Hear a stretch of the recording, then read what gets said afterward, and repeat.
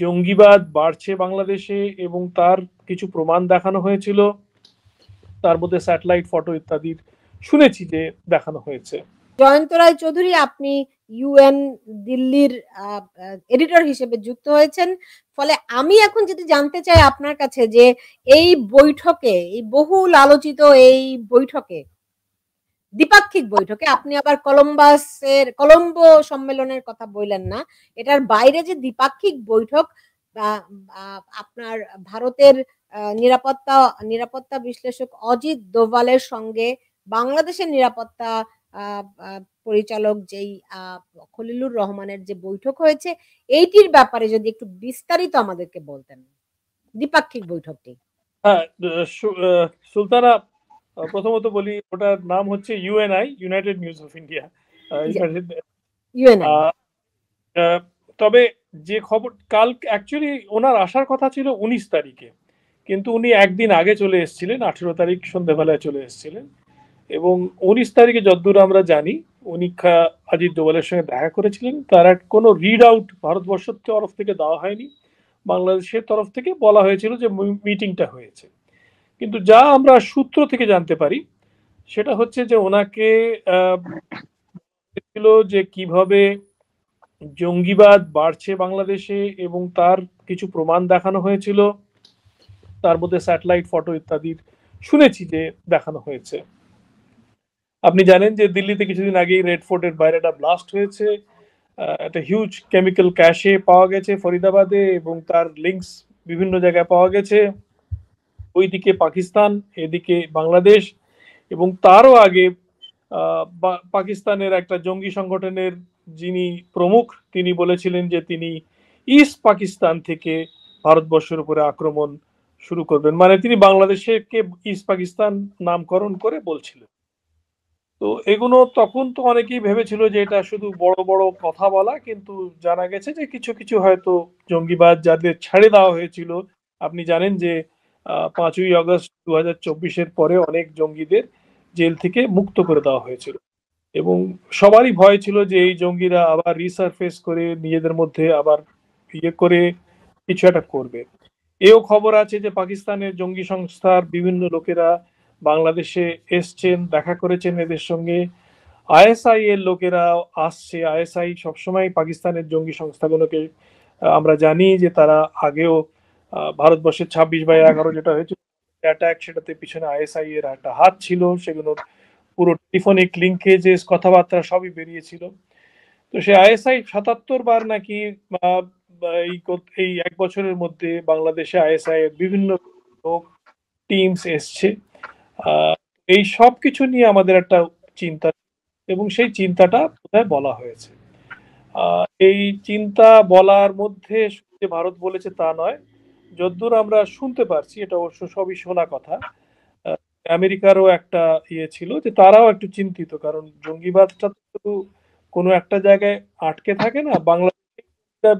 বাংলাদেশের লোকেদেরই ক্ষতি করবে তা নয়, ভারতবর্ষেও করতে পারে। এরা থাইল্যান্ডেও যেতে পারে, এরা ইন্দোনেশিয়াতেও যেতে পারে, এরা অস্ট্রেলিয়া যেতে পারে। আগেও দেখা গেছে এরা বালিতে অ্যাটাক করেছে, ওয়েস্টার্ন কান্ট্রিজেও অ্যাটাক করেছে। জঙ্গিবাদের কোনো সীমানা নেই, সেইটার জন্য সবারই বোধহয় একটু চিন্তা ছিল।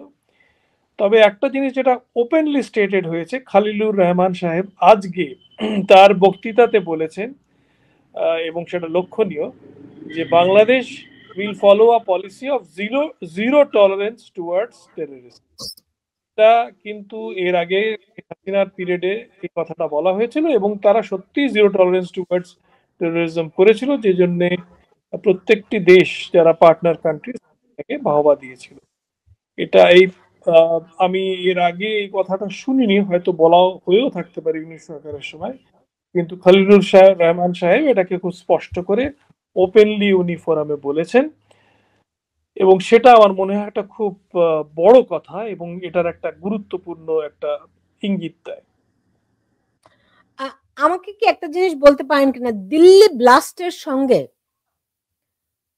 বাংলাদেশের কোন জঙ্গি গোষ্ঠীর সংশ্লিষ্টতা পাওয়া গেছে কিনা, এরকম কোন তথ্য প্রমাণ খলিলুর রহমানের কাছে ভারত থেকে উপস্থাপন করা হয়েছে কিনা? এটা বলা মুশকিল যে এরকম তথ্য প্রমাণ দেখানো হয়েছে কিনা, কিন্তু আমরা শুনেছি যে জঙ্গিবাদের, বাংলাদেশে জঙ্গিবাদের আহ, প্রমাণ দেখানো হয়েছে, এবং তার দ্যাট ইনক্লুডস স্যাটেলাইট। এখন সেটা রেড ফোর্টের সঙ্গে লিঙ্কড কিনা সেটা আমি বলতে পারবো না, তবে রেড ফোর্টের সঙ্গে লিঙ্ক বেঙ্গলেও অ্যারেস্ট করা হয়েছে, এবং একদম বর্ডার রিজন থেকে অ্যারেস্ট করা হয়েছে। এবং আমরা জানি যে বর্ডারের থেকে যেরকম ভাবে বিভিন্ন জিনিস তস্করি হয়, আমাদের দিক থেকে আহ, আহ, মদ্রক মানে প্রোডাক্টস, অর্থাৎ কাফ সিরাপ যায়, গরু যায়, ওদিক থেকেও কিছু না কিছু আসে, তার মধ্যে আর্মস অ্যান্ড অ্যামুনিশন আসতে পারে। যারা টেরার ট্রেনিং নেয় বা যারা আইডিওলজিক্যালি মোটিভেট করে তারাও আসতে পারে। এই সংখ্যাগুলো সবসময় আমাদের থাকে, এবং আগেও এরকম লোক ধরা পড়েছে।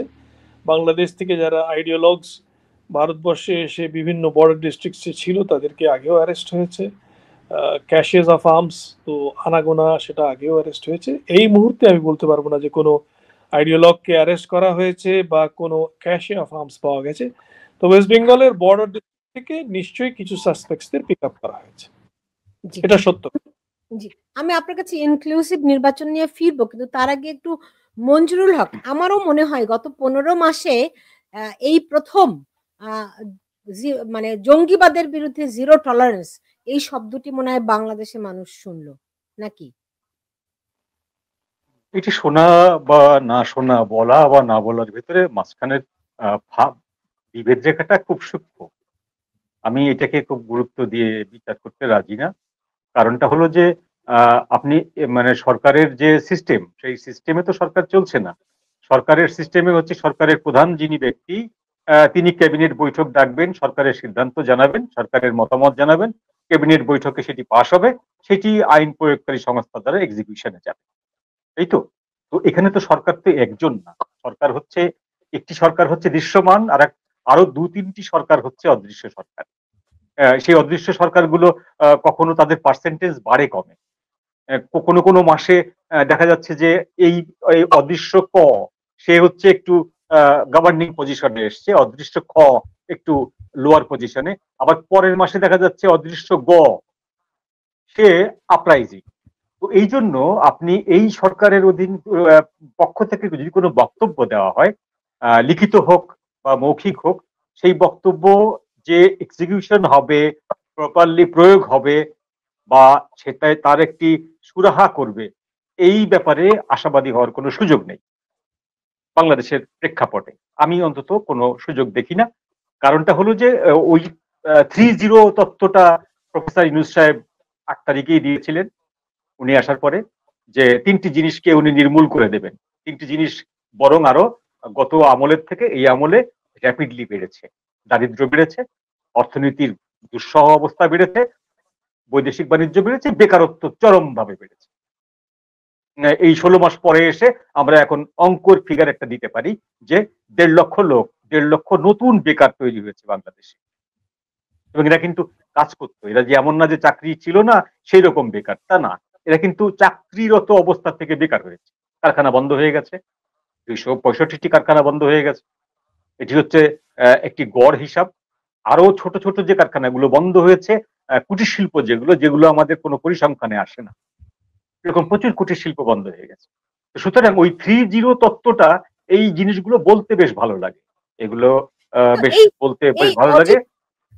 অজিত দোভালের সঙ্গে কিংবা যদি বলি ভারতের সঙ্গে এই বৈঠকের আগে খলিলুর রহমান কিন্তু ভারতের যেই বাংলাদেশে নিযুক্ত যে রাষ্ট্রদূত রয়েছেন তার সঙ্গে বৈঠক করেছেন। তারা বিষয়টাকে খুবই সিরিয়াসলি নিয়েছে বলে আমরা বুঝতে পারছি যে হঠাৎ করে এর আগে গতবার সেনাপ্রধানকে দাওয়াত করা হয়েছিল, সেনাপ্রধান কিন্তু যাননি। ফলে না এইবার না না, এগুলোর ভিতরে এত সিরিয়াসনেস কোনো কিছু নেই। বৈঠকটা তো কলম্বো সিকিউরিটি ডায়ালগ। গতবার বাংলাদেশ থেকে কেউ যায়নি, আর বাংলাদেশ এখানে পার্মানেন্ট মেম্বার ছিল না, এবার এবার এই পর্যবেক্ষক ছিল। তো এবার ওখানে আমন্ত্রিত হয়ে গিয়েছেন, ওনাকে 1-1.5 মাস আগেই আমন্ত্রণ জানানো হয়েছে যাওয়ার জন্য, উনি সম্মতি দিয়েছেন। আর এই যে বাংলাদেশের রাষ্ট্রদূতের সাথে বৈঠক, এগুলো তো কূটনৈতিক প্রোটোকলের মধ্যে পড়ে, যে আপনি কোনো দেশে গেলে প্রথমেই আপনি আপনার নিজ দেশের রাষ্ট্রদূতের সাথে বসে আপনি নো হাউ গুলো জেনে নেবেন, টেকনিক্যাল বিষয়গুলো জেনে নেবেন। তো সেইটি কোনো বিষয় না। অজিত দোভালের সাথে উনি যে সাইড লাইনে বৈঠকটি করেছেন সেইটি হচ্ছে আলোচ্য বিষয়। এবং এইখানে বাংলাদেশের পক্ষ থেকে বাংলাদেশের এক শ্রেণীর মিডিয়া যে কথাগুলো বলছে সেই কথাগুলোর কোনো ভিত্তি নেই। ভারতের এক শ্রেণীর মিডিয়া থেকে যে কথাগুলো বলা হচ্ছে সেগুলোর খুব একটা ভিত্তি নেই। যেমন ভারতীয় মিডিয়ার একটা গ্রুপ থেকে বলা হচ্ছে তলব করা হয়েছে, বিষয়টি এরকম না। বাংলাদেশের মিডিয়া থেকে বলা হয়েছে যে উনি বাংলাদেশের কোন কোন রাজনৈতিক দলের তরুণ নেতা বলছেন হাসিনাকে সাথে করে নিয়ে আসবে। তো এগুলো একেবারেই যাচ্ছে তাই ধরনের কথাবার্তা, বাজে কথাবার্তা। এর সাথে একটা কূটনৈতিক সফরের কোন রকম কোন সংমিশ্রণ নেই। যেটা হয়েছে আমরা যেটা মুখস্থ জানি, ভারত সরকারের পররাষ্ট্র নীতি কি বাংলাদেশ সম্পর্কে। ভারত সরকারের পররাষ্ট্র নীতির ভিতরে আছে স্পষ্টত ভারত চায় আগামী নির্বাচনটা ইনক্লুসিভ হতে হবে। সেই বার্তাটি অজিত দোভাল খলিলুর রহমান সাহেবকে দেবেন, জানা কথা। আর একটি বিষয় খলিলুর রহমান সাহেবকে বলতে পারেন অজিত দোভাল, সেটি হলো যে সদ্য যে শেখ হাসিনার যে রায়টি হলো সেই রায়টি যথাযথ হয়নি বলে ভারত সরকার মনে করে, এবং সেই রায়ের ফলে যদি বাংলাদেশ সরকার মনে করে ভারত থেকে হাসিনাকে হিড় হিড় করে টানতে টানতে নিয়ে যাবে, ব্যাপারটি এত সহজ না। ভারত এই জিনিসটাকে সিরিয়াসলি দেখে। এই বিষয়গুলো অজিত দোভাল খলিলুর রহমান সাহেবকে ট্রান্সফার করতে পারে। এর বাইরে আর কোনো একেবারে কষে দিলেন, পেঁয়াজ কষলেন, হ্যাঁ, তারপরে বা খুব এইটা বললেন ওইটা বললেন, উনি এক গাদা প্রতিশ্রুতি দিয়ে আসলেন যে এরপর থেকে এই হবে সেই হবে, এরকম কিচ্ছু না। কারণ খলিলুর রহমান সাহেব বাংলাদেশের এনেছে, উনি বাংলাদেশের এর থেকে বড় কিছু না। এবং উনি যে এনেছে, ওনাকে নিয়োগ দেওয়া হয়েছিল সেইটিও বাংলাদেশের সেনাবাহিনীর অজ্ঞাতসার, বাংলাদেশের সেনাপ্রধান জানতো না। তো এই জিনিসগুলো একটা গ্যাপ, বিশাল গ্যাপ রয়ে গেছে। এই খলিলুর রহমান সাহেব দেশের বিশাল কোনো ফ্যাক্টর না।